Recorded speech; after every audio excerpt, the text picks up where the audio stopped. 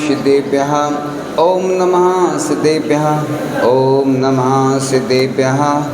इडमो अरिहंताडम इडमो सिद्धाडम इडमो आयरियाडम इडमो वज्रायाडम इडमो लोए सब साहुडम।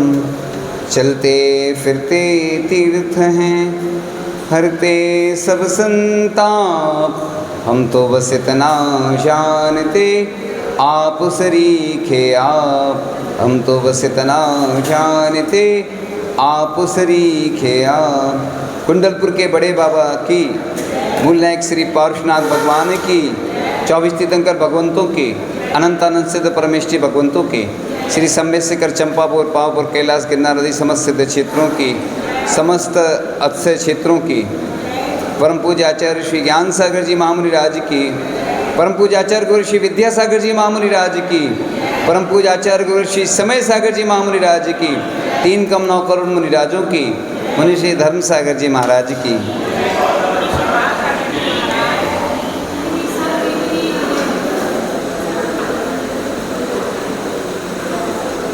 तीर्थ यात्रा करने से पुण्य का अर्जन होता है। वह 2 व्यक्ति थे जो कि तीर्थ यात्रा करने जाते हैं, लेकिन उनके पास कुछ नहीं था। तो सुबह की बेला में जाते थे और ज्वार के दाने या मक्के के दाने चढ़ा करके अपनी वंदना पूरी कर लेते थे। और जो जिनके साथ वो गए थे वो सेठ थे और जो उनके जो थे काम करने वाले थे। अब भाव भक्ति जिसकी होती है, इसलिए जैन धर्म में कहा जाता है जितनी शक्ति उतनी भक्ति, जम सकई तम कीरी। जो कर सकते हैं वो करें, जो नहीं कर सकते उसकी भावना करें।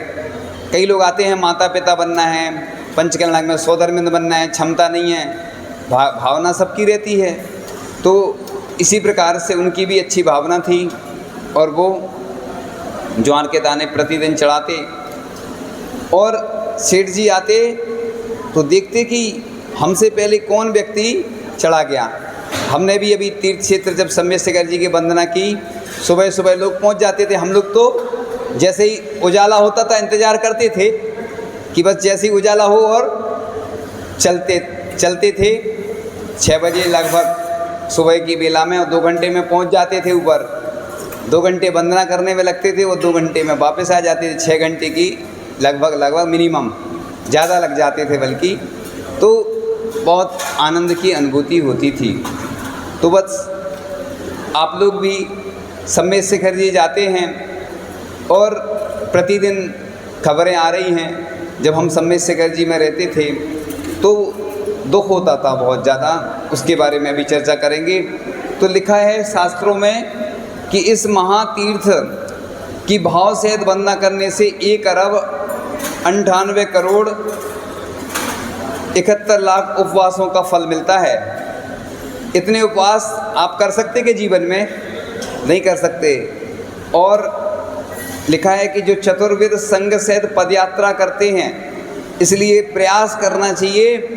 जिनकी क्षमता नहीं है, देखो उनके लिए छूट है ना, कि वो अन्य व्यवस्था से डोली आदि से जाते हैं। लेकिन जिनकी क्षमता है चलने की, कई लोग जिनकी क्षमता भी है तो भी अन्य माध्यम से जाते हैं, वाहन आदि से, तो वो ठीक नहीं है। पहले मैं भी जब पहले गया तो तकलीफ़ तो होती थी, फिर धीरे धीरे जाने लगा। और जब ये जो महिमा बता रहा हूँ, अभी तो और भी बताऊँगा, थोड़ा सा बताऊँगा अभी आज। ये जब सम्मेशकर जी की महिमा मुझे ज्ञात हुई तो मुझे लगा कि मैंने तो बहुत बड़ी गलती की, मैं और ज़्यादा वंदना कर लेता। फिर मैंने सोचा कि अभी तो ठीक है जितनी हो गई, अब आगे फिर अच्छे से वंदना करने का अवसर प्राप्त करेंगे।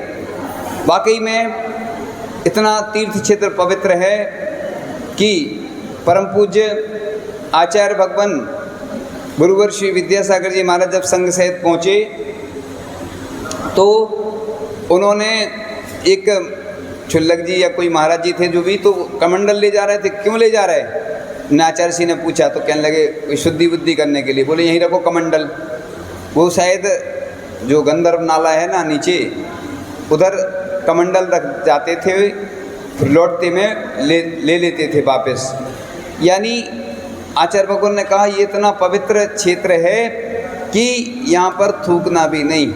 और आज स्थितियाँ मैंने जाकर देखी तो हृदय ऐसा हो जाता था कि मतलब इतना दुख होता था जैसे अपनी कोई हत्या कर रहा हो, मतलब कोई मार रहा हो ना अपने लिए, ऐसा कष्ट होता था। मैंने हालांकि वहाँ पहले कुछ दिन रहकर भी देखा तो उसके भी दुष्प्रभाव देखे, लेकिन फिर अच्छे से नीचे से जाते थे। जितने लोग भी वंदना को जाते हैं तो जो द्वार से चढ़ते ना तो सबसे पहले नमोकारण पढ़ के कायसर कर लेना कि हे भगवान यदि मैं जिंदा रहा, जीवन रहा तो भोजन करूँगा, नहीं तो त्याग मेरा, तब तक के लिए कुछ नहीं होगा। कहते हैं कि आप जैसे ही त्याग कर देते हैं तो आपकी कोई ना कोई मदद करता है, ऐसा हमने भी सुना था। तो परेशानियां तो सबको होती हैं, ऐसा नहीं सोचना कि साधु संत कोई प्लेन से चले जाते हैं ऊपर, वो भी प्रयास करते हैं। हमने कई शॉर्टकट भी देखे, रास्ते से जाते थे तो लौटते में भी उन्हीं शॉर्टकट से आ जाते थे। एक दो बार तो हमें ऐसे रास्ते से हम चले गए, भटक गए कि झरने मिले उसमें, वो बहुत कठिन था रास्ता, फिर भी वापस आ गए। आनंद भी आता है। और जो बंदर है ना, जो टोंकों पे बंदर रहते ना, वो तो खूंखार होते हैं, बहुत आतंक करते हैं, परेशान करते हैं। लेकिन जो जंगल में हम अकेले भी आते थे ना तो कोई डर नहीं लगता था, बिल्कुल इतना आनंद आता था कि वो उस आनंद के क्षण को हम व्यक्त नहीं कर सकते, ना बता सकते। तो लिखा है कि करोड़ों वर्षों तक शमशान पर्वत एवं भयंकर गुफाओं में एकाग्र ध्यान करने का जो फल है उससे भी अधिक फल इस पर्वत के दर्शन मात्र से प्राप्त होता है। इसलिए ग्रंथों में लिखा हुआ है कि इस पर्वतराज की वंदना और दर्शन के पुण्य से संसार में कोई भी वस्तु दुर्लभ नहीं है, सब प्रकार के दुर्लभ सुखों की प्राप्ति होती है। यानी सम्मेद शिखर जी की जो वंदना करते हैं, करवाते हैं, बड़े पुण्यशाली और भाग्यशाली होते हैं। मैं जब वहाँ था तो मुंबई से बहुत सारे लोग आए थे और ऐसे लोग जिनने कभी शिखर जी की वंदना नहीं की थी। मैंने भी ब्रह्मचारी अवस्था में पहली बार वंदना की, जब गया पैर में चोट लग गई और वापस आना पड़ा तो दो चार ही वंदना हो पाई थी। फिर मेरे मन में तब से ही लगा था, लोग कह रहे थे आराम से चले जाना, आराम से चले जाना। लोग तो कहेंगे, जैसे कोई उपवास करते ना महाराज जी, तो लोग कहते महाराज जी अब ज़्यादा नहीं करो, ऐसे ही व्यवहार होता महाराज जी, अब हम कैसे रहेंगे, और रहते सब हैं ही, और कहते महाराज जी हम आएंगे, आते ही नहीं हैं। तो सब ये बातें औपचारिकता वाली होती। इसलिए मेरे अंदर बहुत भावना थी कि सम्मेद शिखर जी एक बार मुनि अवस्था में जरूर जाना। बिल्कुल माला फेरता था। एक मुनि श्री चंद्र सागर जी महाराज, जो परम पूज्य निर्यापक मुनि श्री अभय सागर जी महाराज के साथ हैं, उन्होंने कभी जीवन में वंदना नहीं की थी। इस बार हमारे साथ जब हम थे 61 आरिकाएँ थी, उनमें से बहुत सी आरिकाओं ने पहली बार आरिका बन के ही वंदना की, इसके पहले कभी नहीं की। तो कितना उत्साह रहता था। मैं देखता था कि आरिकाएँ एक दिन में 2-2, 3-3 वंदना कर लेती थी, वहीं रह के उपवास करती थी वहीं। तो ये विशुद्धि होती है, क्योंकि इतना पवित्र स्थल, ऐसे पवित्र स्थल की जो स्थिति है अभी मैं आगे चर्चा करूंगा। पहले उसकी महिमा बताऊं, फिर चर्चा करूंगा कि यह सम्मेद शिखर अनादि निधन है, शाश्वत सिद्ध क्षेत्र उसको इसलिए बोलते हैं। पहले भी वहाँ से तीर्थंकर मोक्ष गए, वर्तमान में भी गए और आगे भी जाएंगे, इसलिए वो नष्ट नहीं होने वाला। अयोध्या में जन्म होता है तीर्थंकरों का, और सम्मेद शिखर जी से जितने भी तीर्थंकर होते मोक्ष जाते। हुंडावसर्पिणी का दोष है कि अन्य स्थानों में जन्म हो गया भगवान का, या अन्य स्थानों से कैलाश पर्वत, गिरनार और पावापुर, चंपापुर आदि से मोक्ष चले गए। 4 तीर्थंकर आदि और भी अन्य तीर्थंकर अन्य स्थानों से चले गए मोक्ष। तो ये बहुत पवित्र, इतना पवित्र स्थल है। अन्य लोगों के लिए पवित्र स्थल नहीं है, उनके लिए पिकनिक स्पॉट है, इसलिए वो आते हैं पिकनिक मनाने। अभी चर्चा कर रहे हैं उसकी। तो इस प्रकार से इसमें लिखा है कि अनादिकाल से यही से ही समस्त तीर्थंकर मोक्ष पद को प्राप्त हुए और होंगे। प्रलय काल के बाद भी सम्मेद शिखर के नीचे चित्र पृथ्वी पर 24 तीर्थंकर देवों के निर्वाण कूटों पर 24 स्वस्तिक चिन्ह अंकित रहते हैं। किस स्थान से कौन से तीर्थंकर प्रभु ने निर्वाण प्राप्त किया है, इसकी परीक्षा पहचान के लिए स्वर्ग से इंद्र स्वयं आकर व्यवस्था करता है। जिस समय तीर्थंकर मोक्ष जाते हैं उसी समय इंद्र आकर निर्वाण का महोत्सव मनाता है। आप लोग मनाते ना यहाँ पर भगवान का, तो मैं तो ये कहता हूँ लोगों को, बाहर से भी लोग आए हैं पूरे देश भर से, कि प्रत्येक भगवान का जब मोक्ष कल्याण करता है तो उस दिन क्या चढ़ाना चाहिए अपन को? गोला। लाड़ू चढ़ाते तो बहुत अच्छी बात है, नहीं चढ़ा पाते जहाँ हैं तो 24 भगवान के एक साथ अगर किसी के पड़ जाते तो एक भी चढ़ा सकते, नहीं 2 चढ़ा दो। 24 एक ही बार तो आएगा ना मोक्ष कल्याणक। 12 महीने होते ना एक साल में, 24 भगवान के 24 नारियल के गोले नहीं चढ़ा सकते। कौन कौन चढ़ाएगा? जिनने पहले नियम लिया है, नहीं जिनने लिया है उनका नहीं बोला है, कोई नए लोग है ना, तो ऐसा नियम ले लें। हाँ, श्रीफल भी चढ़ा सकते, सूखा वाला। देखो अपनी छूट भी रहती है, जैसे कोई बीमारी आ गई, कोई परेशानी आ गई, उसकी छूट, ठीक है ना, अन्य समय की छूट, ठीक है। आगे अपन चर्चा कर रहे थे कि इस पर्वत की यह विशेषता है कि इतना भयानक जंगल और क्रूर हिंसक जीवों के रहने पर भी ना तो किसी यात्री को भय लगता है, ना किसी को बाधा होती है। अब देखते अंदर चल, ये तो वो जो बंदर है ना उत्पाद मचाते हैं। अपन लोगों को भी ध्यान रखना चाहिए, पूरे भारत के लोगों को बोल रहा हूँ। मैंने जब सम्मेद शेखर जी में था तो वहाँ भी जब वंदना करता था प्रतिदिन प्रवचन के माध्यम से बोलता था, लेकिन सुनने वाले कम हैं, कोई सुनना नहीं, लोगों को वही करना है। मैं ये कहता हूँ कि चरणों में द्रव्य नहीं चढ़ाए ना, अपन दूर चढ़ाएंगे तो बंदर उधर गंदगी करते हैं ना, हम देखते थे आक्रमण करते हैं, तो वो दूर से चढ़ाएंगे तो वहीं जाके वो चले जाएंगे। ये गलती किसकी है? अपनी है। साधुओं के ऊपर, कई यारिकाओं के ऊपर भी उन्होंने आक्रमण किया बंदर ने। बहुत सारी घटनाएं घटी जब मैं था, मैं चूँकि उस घटना का उल्लेख नहीं करना चाहूँगा। कुछ चीज़ें ऐसी होती जो मैं मर्यादा के हिसाब से ही बोलता हूँ। तो अपन को ये ध्यान रखना, और मैं केंद्र सरकार और राज्य सरकार से भी यही कहना चाहूँगा, और अपन भी मांग रखेंगे कि इस प्रकार की व्यवस्था करें कि जो टोंक हैं उधर कुछ गार्ड रहें, नियुक्त रहें, कैमरे आदि से निगरानी हो, जिससे कि हमारी जो महिलाएं हैं, आरिकाएं हैं, जब जाती हैं तो बहुत सारे ऐसे तत्व जाते हैं जो कई ऐसी करते हैं, तो वो दूर से चढ़ाएंगे तो वहीं जाके वो चले जाएंगे। ये गलती किसकी है? अपनी है। साधुओं के ऊपर, कई यारिकाओं के ऊपर भी उन्होंने आक्रमण किया बंदर ने। बहुत सारी घटनाएं घटी जब मैं था, मैं चूँकि उस घटना का उल्लेख नहीं करना चाहूँगा। कुछ चीज़ें ऐसी होती जो मैं मर्यादा के हिसाब से ही बोलता हूँ।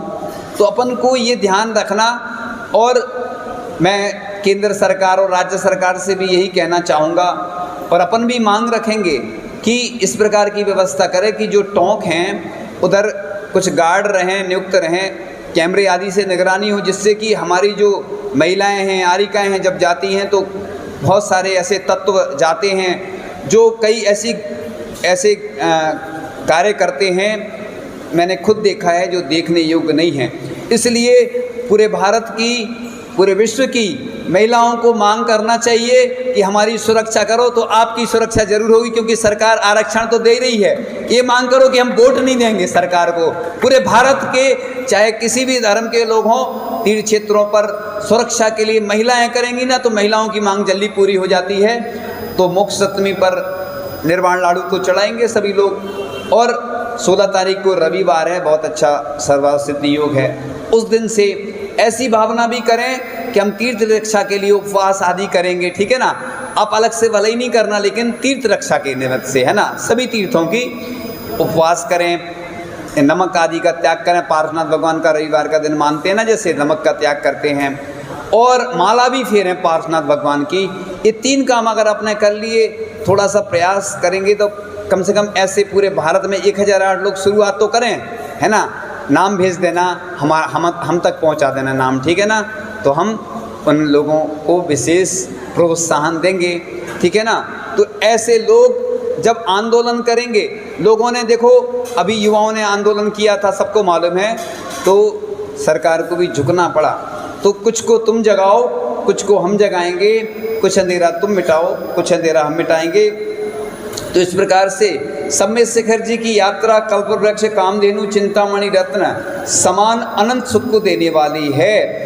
इस पर्वत पर कोई भी बाल के बराबर क्षेत्र नहीं है जहाँ से कोई ना कोई मुनिवर निर्वाण को प्राप्त ना हुए हों। इसलिए अपन को उधर प्रयास करें कि कुछ खाएं पिएं नहीं। अब जिनको कोई समस्या है तो जल ग्रहण कर भी लेते हैं तो थोड़ा सा प्रायश्चित ले सकते हैं, अन्य चीज़ें लेते हैं जिनकी क्षमता नहीं है। देखो अपन जानबूझ के कर रहे हैं कि भूख नहीं भी लग रही है, थकान तो होती है, तो अपन मुद्रा लगा लो ना, प्राण मुद्रा होती ना एक, प्राण मुद्रा लगा करके भी अपन अंदर मुख से श्वास नहीं लेते हुए नाक से श्वास लें, धीरे धीरे बैठते हुए भी जा सकते हैं, ऐसा कोई विकल्प नहीं करें। हम लोग भी लगातार जब चंद्र प्रभु भगवान की टॉप पर जाते हैं ना, सबसे ज़्यादा कठिनाई होती क्योंकि वो 2 किलोमीटर एक्स्ट्रा पड़ती है, तो कई लोग जाते भी नहीं हैं, इसलिए नहीं जाते कि जाना और आना एक्स्ट्रा पड़ती। वो पार्श्वनाथ और चंद्र प्रभु बिल्कुल अलग अलग हैं टोंक, तो और बाकी टोंक तो थोड़ी थोड़ी पास में हैं। तो अपन धीरे धीरे चढ़ते हुए संकल्प के साथ बढ़ेंगे और मुख से श्वास नहीं लें, मुख बंद कर लें, धीरे धीरे चढ़ते जाओगे तो अच्छी यात्रा हो जाती है। एक दिन पहले अपन ऐसा भोजन करें कि जिससे प्यास वगैरह नहीं लगे। मैंने उपवास के प्रकरण में बताया था, जैसे तली हुई चीज़ें, गरिष्ठ चीज़ें नहीं लें, ये भी ध्यान रखें तो आपको कुछ भी बाधा नहीं होगी उधर। देखो जिनकी जो समस्या है, कर्म के उदय तो आते हैं, परेशानी आती हैं, लेकिन अगर सम्यक शेखर जी को जीवित रखना है, यानी सुरक्षित रखना है, जीवित का मतलब सुरक्षित रखना है, तो सबका कर्तव्य है, पूरे विश्व के लोगों का कर्तव्य है।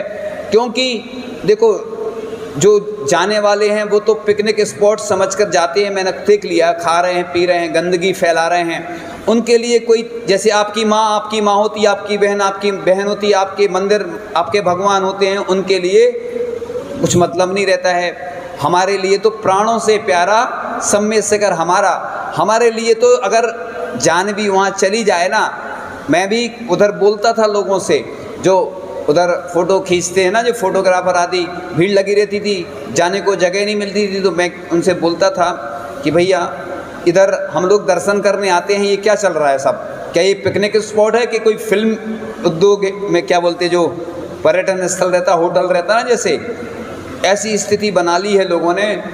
ये पहले लोग बड़ी श्रद्धा आस्था के साथ जाते थे, बैलगाड़ी से जाते थे, पैदल जाते थे, तो ऐसी मतलब पवित्र भूमि कि जहाँ का कण कण पवित्र है। देखो लिखा है ना कि जहाँ का ऐसा कोई क्षेत्र, वहाँ का स्थान नहीं है बाल मात्र भी कि जहाँ से कोई ना कोई मुनिराज मोक्ष नहीं गए हों। देखो आप कितना कण कण पवित्र है। इसलिए अपन को सिर्फ बातें नहीं करना है, मैं पूरे देश के लिए कह रहा हूँ। कल ही मेरे पास सम्यक शेखर जी से खबर आई एक युवक की, महाराज जी आप ऐसा करिए वैसा करिए। तो मैंने कहा कि सिर्फ बातें करने से कुछ होने वाला नहीं है।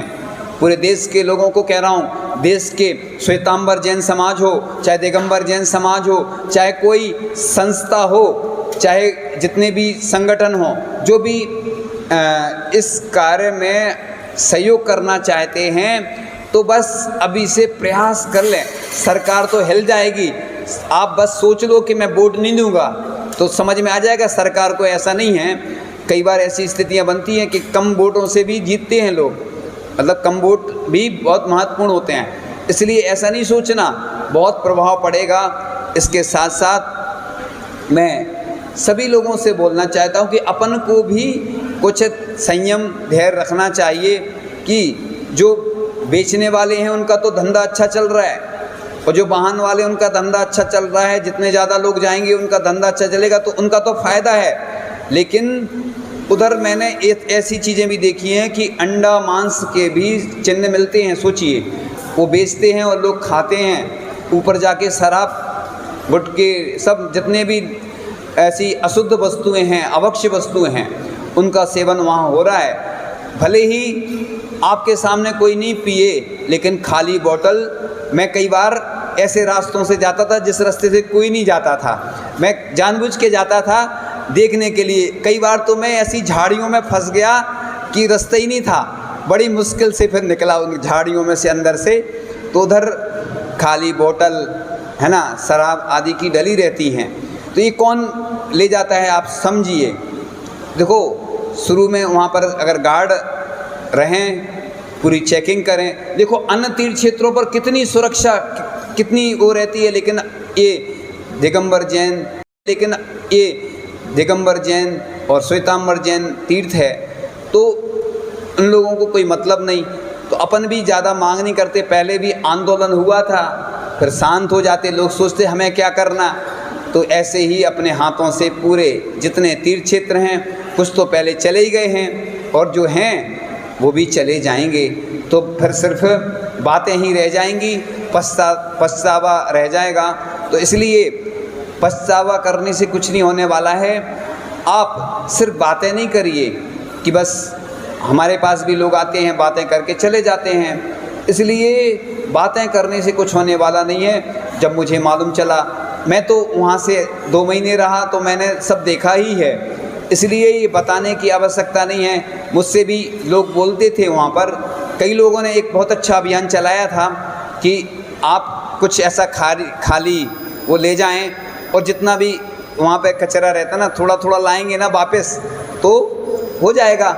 लोगों को चूँकि समय नहीं रहता, अनुकूलता नहीं रहती, इतना समय नहीं रहता कि इतना करें, तो वो वंदना करते हैं और फिर बस ये लगता है कि कब कुछ खाने पीने मिल जाए, है ना, लगता है कि नहीं। हम लोग भी लगभग 12:30 के आसपास आ जाते थे, तो फिर सामयिक करते थे, फिर दूसरी बेला में आहार कूटते थे। बड़ा आनंद आता था विशुद्धि पूर्वक वंदना करने से। सही पुण्य तो वही जो उपवास का फल लिखा है ना, वो इसीलिए लिखा है कि ऐसी वंदना करने से ही इतने उपवासों का फल मिलता है। लेकिन जो उधर खाते पीते हैं, तो वंदना करने से कोई फल नहीं मिलने वाला, क्योंकि अपन गए और उधर जिनकी मजबूरी है उनकी बात अलग है। तो इस प्रकार से यहाँ का कंकड़ पवित्र है वहाँ का, इसलिए ऐसा कहा है कि सम्यक शिखर की यात्रा के समान दूसरा कोई पुण्य का निमित्त कारण नहीं है। इसलिए हे भव्यो, मोक्ष की प्राप्ति के लिए यात्रा को आनंद से करो। और भी ग्रंथों में लिखा है, मैं बताऊंगा कि किन किन ने कौन सी कहाँ की वंदना की, क्या फल मिला। मुझे याद आ रहा है, सुपार्श्वनाथ भगवान के बारे में मिलता है कि वहाँ एक राजा था, तो उसने उससे कुछ त्रुटि हो गई, उसके कारण से उसको कुष्ठ रोग हो गया। तो एक मुनिराज के पास वो राजा गया, तो राजा ने कहा कि तुम सुपार्श्वनाथ भगवान की टोंक या कूट पर जाना, अच्छे से वंदना करना, पूजन आदि करना। तो वो गया और उसका रोग ठीक हो गया। आज भी वहाँ के लोग मिट्टी लाते कि नहीं, सम्यक शिखर जी की जो सुपार्श्वनाथ भगवान की कूट है। तो इस प्रकार से ऐसा नहीं सोचना कि एक कूट का ही ऐसा लिखा है, सब कूट पवित्र हैं। और पूरी आप चाहे कहते हैं वैसे क्रमशः वंदना करना चाहिए, लेकिन हम मुनि सुब्रतनाथ भगवान से ऊपर एक शॉर्टकट है, जो वृद्ध लोग नहीं चढ़ पाते, हम लोग तो चढ़ जाते थे, वहाँ से ऊपर पहुँच जाते अनंतनाथ भगवान की कूट पर, तो शॉर्ट में भी कई बार वंदना कर लेते हैं। तो लोग ऐसा बोलते क्रम से करते तो स्वस्तिक बनता है। अब किसी की अनुकूलता नहीं, तो इसमें कोई ज़्यादा दोष नहीं है, क्योंकि एक मैं बहुत अच्छी बात बता रहा हूँ कि स्तुति पढ़ने का या मंत्र पढ़ने की 3 विधियाँ होती हैं। एक होती है पूर्वानुपूर्वी, यानी जैसे अपन आदिनाथ भगवान से महावीर भगवान तक स्तुति पढ़ते हैं, तो ये क्रमशः कहलाती है पूर्वानुपूर्वी। फिर कहलाती है बीच बीच में कहीं से भी पढ़ते हैं तो यत्र तत्रानुपूर्वी। एक होती है पश्चातानुपूर्वी, यानी पीछे से महावीर भगवान से लेके आदिनाथ तक। परम पूज्य निरापक मुनि श्री योगसागर जी महाराज प्रतिदिन कुंतुनाथ भगवान से शुरू करेंगे और पार्श्वनाथ भगवान तक समंत्रभद्र आचार्य समंत्रभद्र स्वामी जी द्वारा रचित जो स्वयंभू संस्कृत का स्त्रोत है 24 भगवान की स्तुति, वो प्रतिदिन हम लोग पढ़ते हैं। वो इसी क्रम से पढ़ती है, तो सम्यक शिखर जी की वंदना भी हो जाती है प्रतिदिन, है ना। याद तो रहती ही है ना, ये अब ये टोंक आ गई, अब ये टोंक आ गई, तो उससे याद हो जाता है और वंदना भी हो जाती है। वैसे तो हम लोगों के प्रतिक्रमण में प्रतिदिन 3 बार जब हम प्रतिक्रमण करते हैं, तो सम्यक शिखर आदि जितने भी सिद्ध क्षेत्र उनकी वंदना करते हैं। आपने देखा होगा जब हम लोग सामयिक करते हैं तो आवर्त करते हैं, तो जितने भी चारों दिशाओं में जितने चैत्यालय होते हैं उनकी वंदना करते ही हैं, बैठकर नमस्कार करते हैं। उत्तर दिशा में और पूर्व दिशा में तो बैठकर करते हैं, बाकी 2 दिशा में खड़े होकर करते हैं। तो ये नमस्कार करने की एक प्रक्रिया है, विधि है। इसलिए अपन को प्रतिदिन बैठ करके सम्यक शिखर जी आदि का ध्यान करना चाहिए। मैं भी एक दिन सम्यक शिखर नंदीश्वर आदि का ध्यान करवाऊंगा, कैलाश पर्वत का, ये ध्यान के माध्यम से क्या होता है, फिर याद आ जाता है कि किस प्रकार से हम अपना पुण्य बढ़ा सकते हैं। तो ये सम्मेद शिखर जो है महान तीर्थ क्षेत्र है, इसलिए अपन को प्रतिदिन यह भावना करना चाहिए कि हे प्रभु, मेरे पैरों में इतनी शक्ति देना कि आपके चरणों में आ सकूं, मुझे ऐसी सद्बुद्धि देना कि सुबह दोपहर शाम घुटने के बल बैठकर आपको नमोस्तु कर सकूं।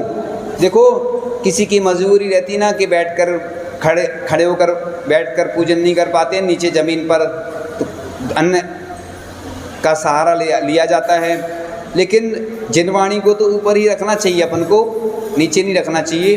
जिनवाणी अपने जो नाभि से ऊपर होना चाहिए। तो मैं बता रहा था कि हे भगवान, जब तक जिह्वा पर मैं जीऊँ आपका ही नाम रहे। परम पूज्य आचार्य गुरु श्री विद्यासागर जी महाराज हमेशा कहते थे, समाधि भक्ति की पंक्तियाँ वो हमेशा पढ़ते थे कि जब भी मेरा कंठ अवरुद्ध हो, हे भगवान आपका नाम स्मरण करते हुए कंठ अवरुद्ध हो। ऐसी अपन को भी भावना मानना चाहिए कि भगवान जब भी मेरा अंतिम श्वास निकले, आपका नाम णमोकार मंत्र, पंच नमस्कार मंत्र जो सबसे बड़ा मंत्र है, लगभग 2000 वर्ष पूर्व सठखंडागम ग्रंथ में मंगलाचरण के रूप में आया है। इसके बारे में मैंने पहले भी बताया था।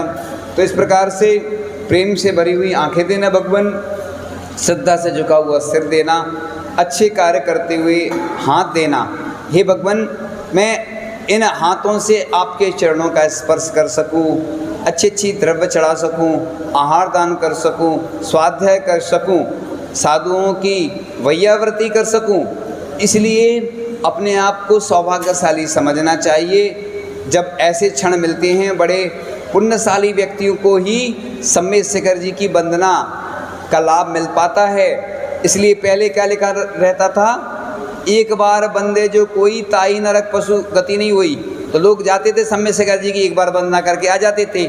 फिर उन्होंने चेंज कर दिया, भाव सहित बंदे जो कोई ताही नरक पशु गति नहीं हुई।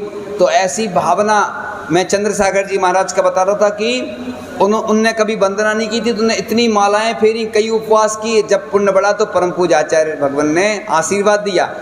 परम पूज्य आचार्य गुरु श्री विद्यासागर जी महाराज तो आशीर्वाद जल्दी देते ही नहीं थे, चाहे कोई पंचकलना के लिए जाए, कोई व्रत के लिए जाए, कोई, हम लोगों को बहुत मेहनत करनी पड़ती थी। लेकिन वर्तमान में परम पूज्य आचार्य गुरु श्री समय सागर जी महाराज तुरंत आशीर्वाद दे देते हैं।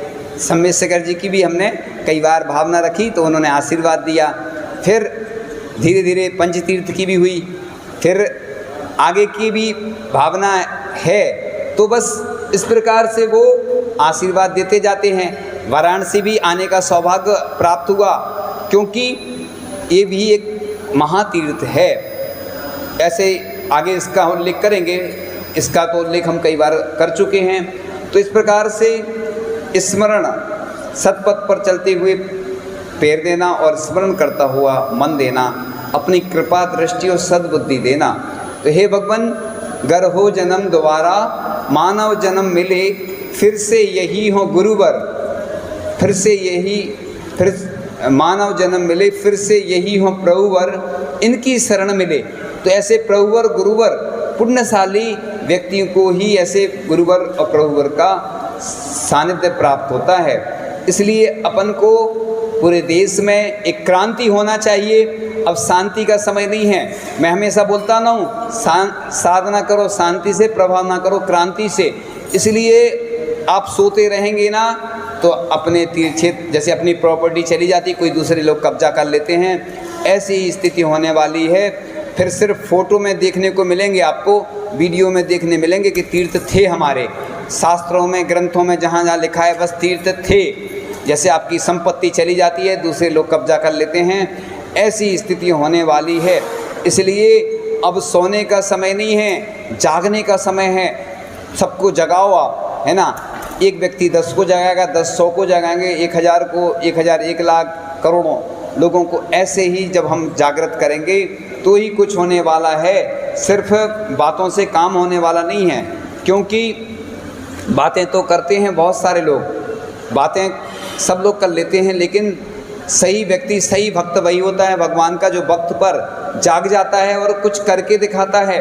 हमारे तीर्थों की सुरक्षा करना हमारा ही कर्तव्य है, कोई अलग से व्यक्ति नहीं आएगा।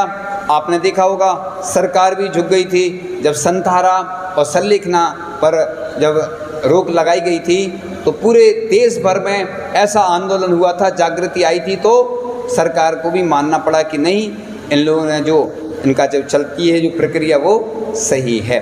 हम देखो, हम किसी के तीर्थ क्षेत्रों पर कब्जा तो कर नहीं रहे हैं ना, हमारा ही तीर्थ क्षेत्र है, सबको मालूम है इतने वर्षों से। आप देखो स्टेशन का भी नाम क्या रखा गया, पारसनाथ। तो मतलब ये प्रमाण है हमारे पास।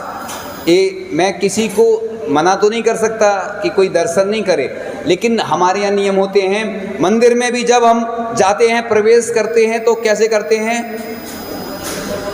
चरण पादुका उतार करके कुल्ला करके करते हैं। हमारे जैन मंदिर में, ये दिगंबर जैन मंदिर में अनुमति नहीं होती है। तो वो हमारा मंदिर ही है, वो हमारे प्राण हैं। हमारे मंदिर में जो भी प्रवेश करे तो वो ऐसे ही करे जैसे मंदिर में प्रवेश करते हैं तो चरण धो करके करते हैं और जूठे मुँह नहीं करते हैं। तो हमारा जो क्षेत्र है, ऐसा क्यों हमारे साथ होता है? चूँकि हम लोग अल्पसंख्यक हैं तो हम लोग कुछ बोल नहीं पाते हैं, कर नहीं पाते, तो इसका मतलब ये थोड़ी कि नहीं हम चुपचाप सहन करते जाएंगे।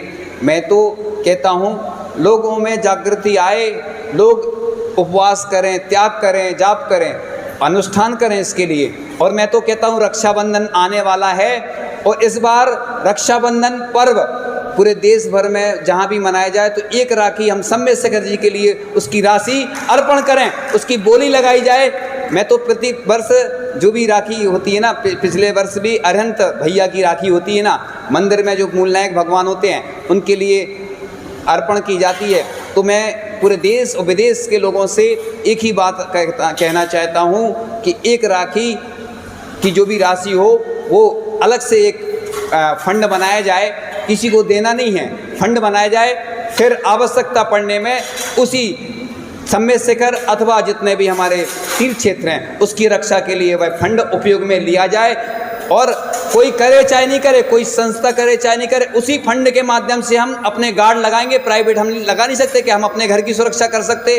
तो क्या शुरुआत में जहाँ पे गार्ड लगा सकते, मैं वहाँ पर था, बात आई थी जब बंदर आक्रमण करते हैं तो एक लोगों ने सलाह दी बहुत अच्छी कि महाराज जी सबसे अच्छा है कुछ गार्ड तो लगे हैं कुछ टोंकों पर, अब बंदर आते हैं आक्रमण कर लेते हैं और सुरक्षा भी नहीं रहती है, तो दिन में ही तो जाते हैं लोग। तो 24 टोंक हैं, 25 मान लो, एक गड़धड़ टोंक है, तो 24 गार्ड की आवश्यकता है। तो पूरे भारत के लोग राशि इकट्ठा करेंगे और महीने के महीने उनको देंगे। जब तक कोई सरकार और जो कमेटियां व्यवस्था नहीं करती हैं तो हमारी इस तरह से व्यवस्था चलेगी।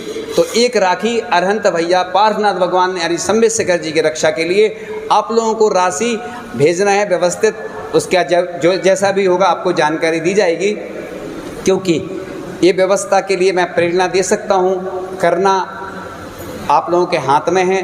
लेकिन ये रक्षाबंधन तीर्थ जैसे हमारे धर्म की रक्षा के लिए हम रक्षाबंधन पर्व मनाते हैं, उसकी कथा भी आगे सुनाएंगे और बताएंगे कि किस प्रकार से उपसर्ग हुआ था, वो उपसर्ग दूर किया था। देखो साधु संत खुद तो उपसर्ग सहन कर लेते हैं, कष्ट सहन कर लेते, लेकिन तीर्थ क्षेत्र या हमारे देवशास्त्र गुरु पंच परमेष्ठी नवदेवताओं की जब बात आती है तो प्राण भी चले जाएं तो हमें कोई चिंता की बात नहीं है, क्योंकि साधु संत हम बने हैं इसलिए बने हैं कि भगवान की रक्षा के लिए बने हैं। अपनी रक्षा तो करना है और अपनी सुरक्षा करना है, अपने व्रतों का पालन करना है।